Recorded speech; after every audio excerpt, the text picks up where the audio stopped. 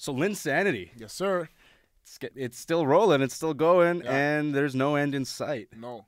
Thank God, too, because the NBA seems like it needs something right now. It needed a big. What was that? What was that? That conspiracy theory you were telling me the other day? All right, so here's how it goes. And I mean, if conspiracy theories, guys, get your recorders out because this is one for the ages. Okay, so a while back, there was a trade that went down that was supposed to have gone down where Chris Paul would have went to the Lakers. Right. Rockets would have given up a bunch of pieces. They would have gotten Pau Gasol in exchange.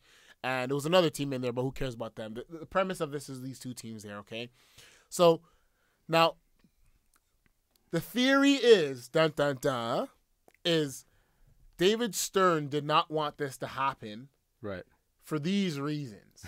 Now, follow along closely, okay? One, in order for this trade to have gone down, the Rockets would have kept Jeremy Lin on their roster. So Jeremy Lin would still be on the Rockets roster. I think the 6th point guard. Yeah. No chance of him touching the court. Okay. Right. That would have been the case. Lakers would have got Chris Paul Gasol to the Rockets. Everyone would have been good.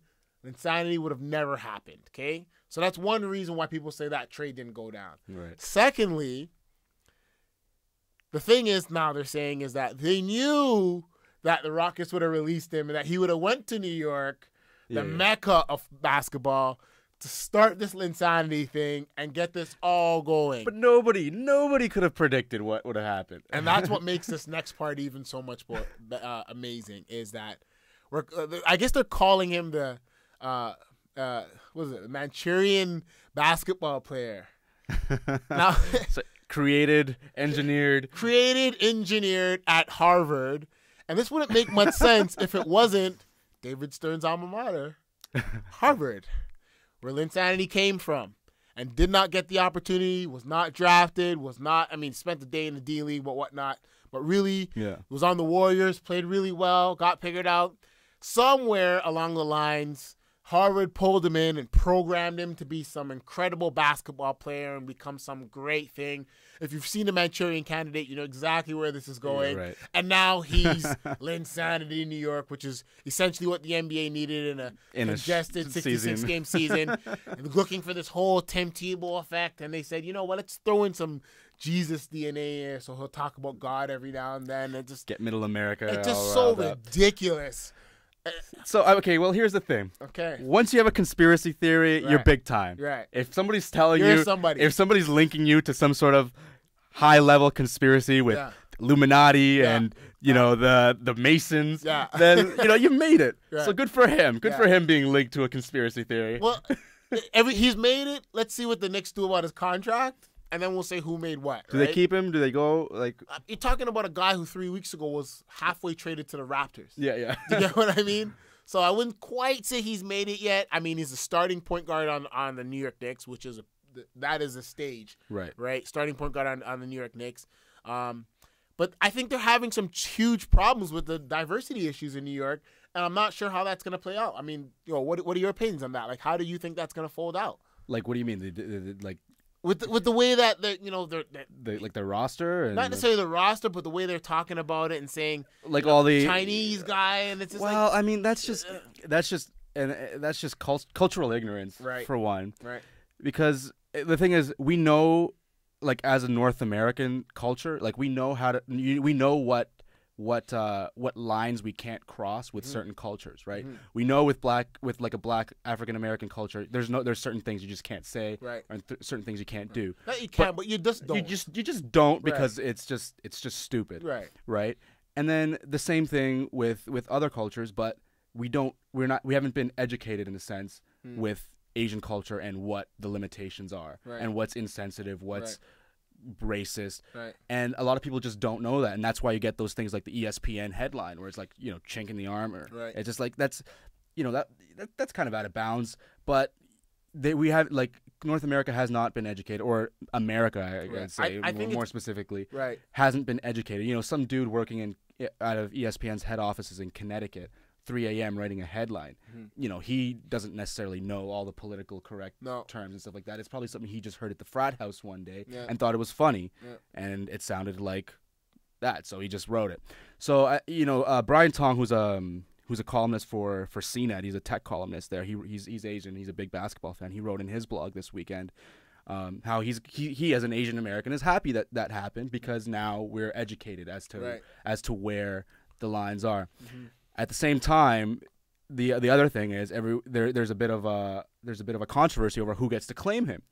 China versus Taiwan. Now Taiwan is technically part of China right now, based on politics and history that I don't know enough about to comment. Yeah. But there's a battle of the grandmothers brewing, right? So his maternal grandmother, his grandmother on his mother's side, is from mainland China, and she said that he is Chinese, and they're claiming him. But his paternal grandmother says he is Taiwanese, a true Taiwanese. Who gets Jeremy Lin? Wow. This is China we're dealing with now. I know. So there's international relations at stake here. Yeah. And you're asking me? I'm asking you to be the diplomat here. Ask the brother who gets. Come on, is this even fair? But here's my thing. He's come out and said, "Listen, I'm Taiwanese." Mm-hmm. He's come out and said, "I'm Taiwanese." Now, whether or not China accepts that or not is their prerogative. Right. It's their prerogative. And to be honest, I don't blame them one bit anyways, because as far as I'm concerned, he's an Asian. Yeah. You get what I mean? And I know it is that, that whole, concept of just really blanketing everything and just throw them all in one pot and everything like that. But you know what? If there's one situation where I feel like this, it actually might benefit the greater good or man overall to have this guy just represent the Asian population just in general. Mm-hmm. I think this would be it, because you have an Asian population in North America that have never had a basketball player or a star. I mean, you had Yao Ming, Christy Yamaguchi. Never heard of him. The figure skater from the 90s? Come on. We're talking about sports, not expensive hobbies, right? Right. I mean, Yao Ming is great, and it's cool and everything, but he's 7 foot. He's got that turnaround jumper. He hits all his free throws. He's really quiet. That's cool and all, but he's not the point guard. He doesn't give you the sensational moves. He's not making ESPN highlights. He's not on your score, Sports Center, top 10 of the week. Yeah. And there was never a conspiracy theory about Yao Ming. Everybody knew where he came from. He landed. He got here. He played ball. He went back home. Right. You know what I mean? So I think this is not a great opportunity for the nations. And from what I understand, and I may be wrong here, but from what I understand here, I mean, this is a great opportunity for Taiwan and China to come together on common ground for something. So, well, there's other implications here, because now we throw the fact that he's American into the mix, right? Which I think trumps all else, because Agreed. China, Taiwan, they haven't really done anything for him, as far as like a state. He can claim that heritage, and that's his thing, because obviously he was raised in a certain culture and raised in a certain heritage, which is fine. But as for his nationality, he's an American. Now China is trying to now get him to play for their team during the Olympics. Right. And in order to do so, he would have to revoke his American citizenship. I think that's a step too far. I think that's just too much. Let's be honest. I agree with you. He's an American. He was born in America. He was born in America, as far as I know. Yeah. Raised in America, and he plays in America. So everything he attributes his success to happened in the United States of America. He went to Harvard. Right. Everything he's accomplished has been done in the United States. Mm-hmm. So why then would he now go and play for China? The only upside, does he make the dream team? He is the team if he goes over there. I mean. No. Does he have a chance at an Olympic medal with the States? No. I mean, the thing with the international basketball is the American style is a physically pounding. We're gonna physically dominate you guys, and he doesn't quite fit that mold.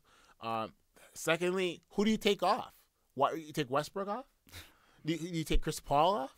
Who do you take off? Who do you take off of the American team for him to get on? For a guy who's by the time the season is over has had, 3/4 of a season of success. And the last thing you need is America up 40 on China with Jeremy Lin on the court. Right. We don't need another. Or even worse, America losing with Jeremy Lin on the court. I couldn't fathom that. Because that would just be ridiculous. The headlines, they would be asking for his head. All right. Yeah. All right.